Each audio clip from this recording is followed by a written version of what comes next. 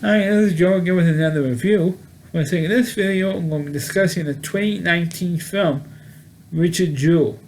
Of course, this movie was produced and directed by Clint Eastwood, doing Harry. And I thought he did a damn good job. Well, Clint Eastwood is a pretty good director. I mean, he won 2 Oscars for directing, and 2 movies that he won the Oscar for as Best Director also ended up winning the Oscar for Best Picture, which were Unforgiven and $1 Million Baby. Well, and Richard Jewell, I thought he should have won an Oscar for his 3rd Oscar for Richard Jewell, because I thought he did a great job in this movie. Now, Richard Jewell is basically the story about the security guard named Richard Jewell, who discovered the pipe bomb that was in Centennial Park in Atlanta, Georgia, during the 1996 Olympic Games, and he tried to help save people. And he, even though I think sorry, my phone, there was two people that died in that bombing, and about hundreds of other people got hurt. But it could have been a hell of a lot worse if Richard Jewell discovered this pipe bomb and tried to evacuate this area.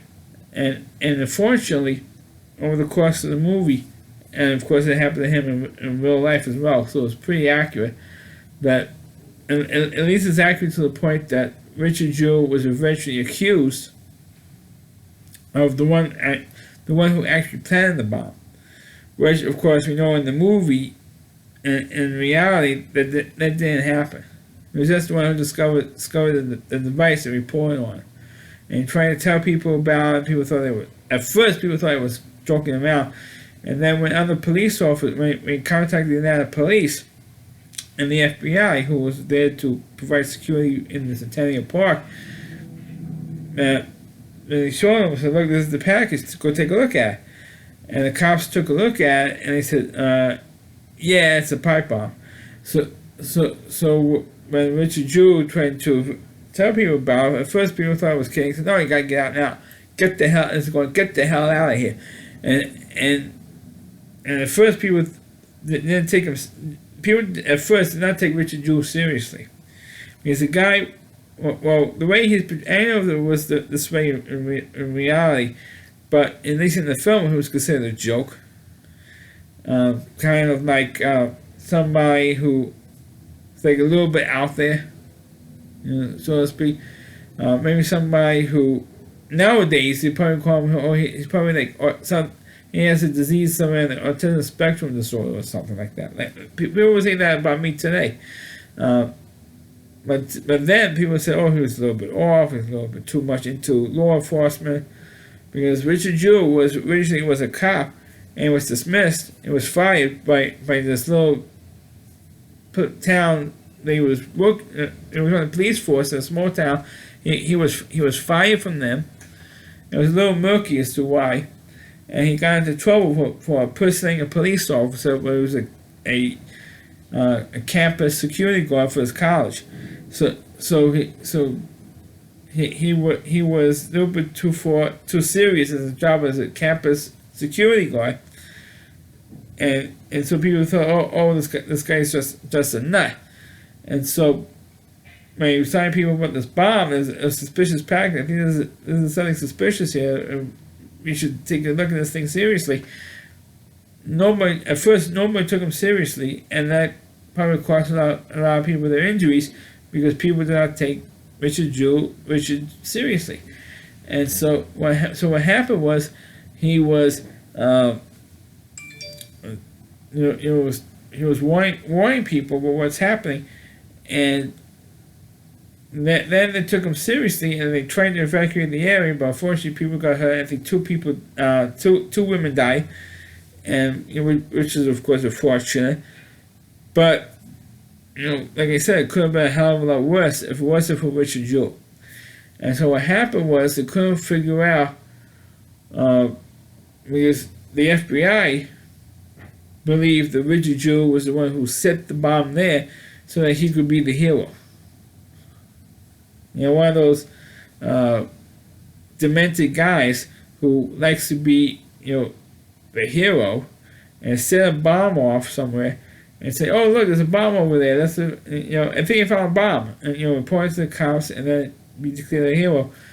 That wasn't the case for Richard Jewell. I mean, he was just way too into his job, and he just wanted to do the best job he can, so he gets some recognition as being a good security guard, a good cop, whatever, and then gets some recognition of that, saying that he's good at his job.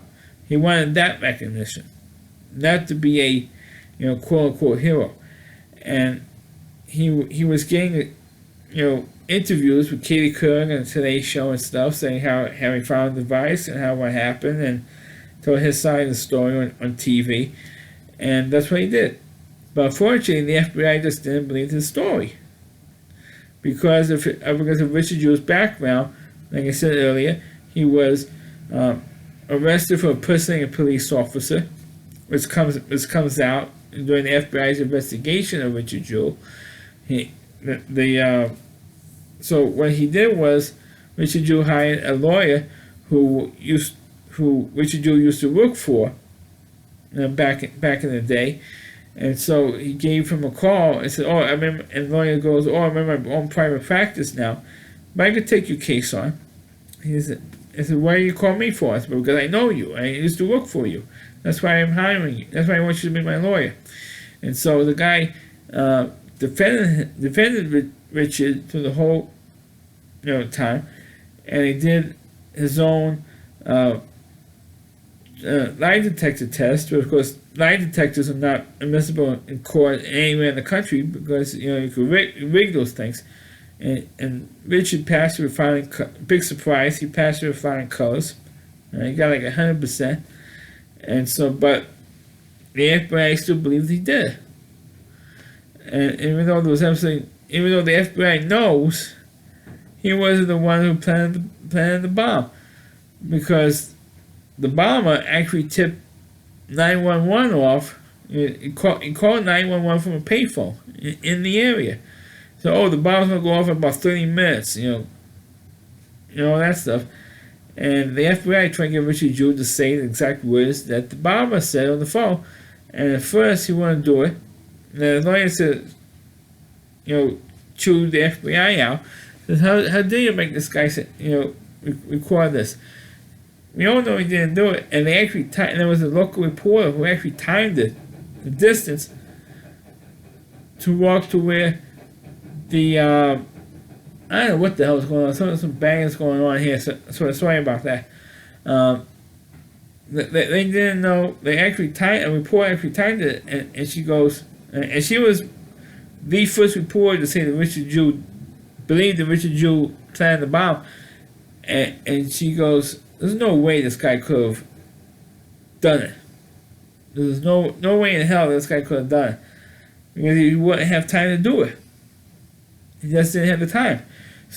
But they're still running the media was still running the story that Richard Jewell planned the bomb at the Atlanta Olympics bombing.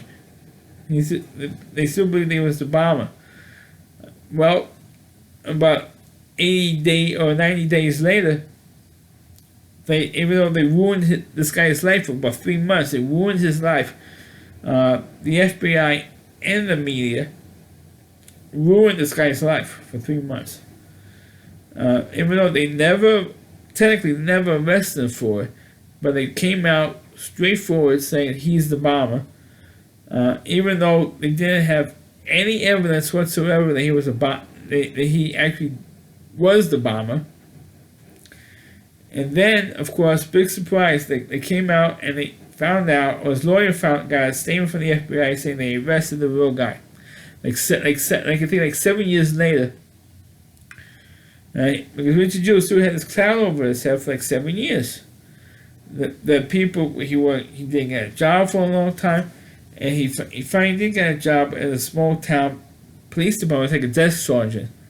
And his lawyer came to visit him, and he says, "Hey Richard, guess what? The FBI finally actually caught the real bomber." And so Richard, "You're serious?" I said, "Yeah, I'm serious. Richard's the real guy." I said, "Here's the story in the paper. They caught the real guy." And he was so relieved. But But unfortunately, the FBI, I think to this day, still never really cleared Richard Jewell of the Atlantic Park bombing, even though they arrested the real guy for it. And Richard passed away in 2007 of, I think, heart failure or something. And his mother, at the time of the movie, his mother was still, it came out in 2019. His mother was still alive. And I should mention that Kathy Bates played Richard Jewell's mother in the film. Takes care of the lawyer, babysits the lawyer's kids. Because the lawyer got married to the receptionist. They had a couple of kids, and Kathy Bates babysits the two kids. And or should I say, Richard's mother babysits the two kids. And it's basically that's it. And I thought the movie was very, very good. And I didn't think the movie should have been as long as it was. Sorry. I didn't think the movie should have been as long as it was. But, Clint Eastwood tells a very good story in his movies. And, of course, the movie should have gotten better recognition. I think the movie was nominated for Best Picture at the Oscars, but naturally, of course, it didn't win anything.